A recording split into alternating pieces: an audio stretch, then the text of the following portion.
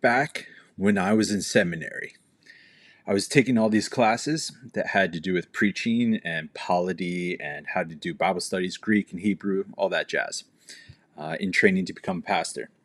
However, while I was there, we made mention of these figures called the Christian mystics. And they were wild and they were wise, but they were free and they were kind of dangerous in some sense. But we never studied them. And I thought that was really fascinating. Why didn't we do a deep dive on them? And then a couple years later, I personally went through a really bad burnout season. And I quit church and I walked away from all ministry and I went and hiked the Appalachian Trail. And when I did, I went back and I examined some of these figures again, some of these wild and wise and free Christian mystics, and they made sense that time. They finally made sense because they were speaking to things, to these nuances, these little parts about the faith that really were not talked about in seminary.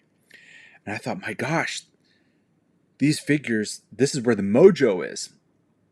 And so since then, since 2015, I've been dutifully going through each mystic on my own. And so what I've decided to do was to create an email list. Now, this is just something that comes out every Monday, but what I've chosen to do is to take a different mystic each month of the year. And I already have 2 years lined up already, and we can easily go further into it.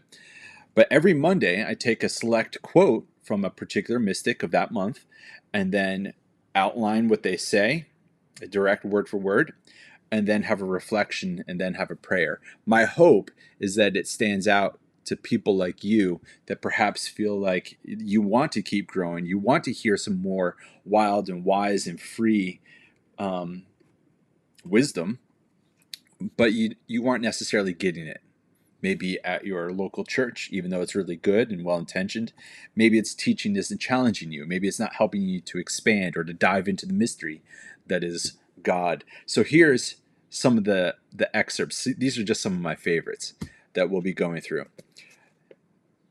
Interior Castle by Teresa of Avila. This one was my gateway into all of the studies of the Christian mystics. This book has actually made me cry. We'll talk through the works of Teresa of Avila. Pierre Teilhard de Chardin. This is a book called The Divine Milieu. We're going to draw some quotes from that. Julian of Norwich, her showings, fantastic. Bonaventure of the Franciscan Order. Hildegard of Bingen. Thomas Merton. St. John of the Cross.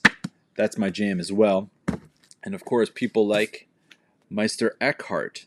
Now, you may have heard some of these figures, but perhaps you haven't really heard them more than just being referenced. And so my hope is that each month we'll do a deep dive into each of these figures, and you yourself can find some new insights. Maybe you can be challenged by them in the right way. So this is a paid subscription. It's only $4 a month. So that's less than Starbucks coffee. That's a Wawa sandwich, that's something from Sheetz, that's less than that. So just $1 a Monday, okay? But I really do think it's quality, and so I hope you get something out of it. So if that all sounds good to you, just find the link down below, okay? And we'll see you later. I hope you sign up. See ya.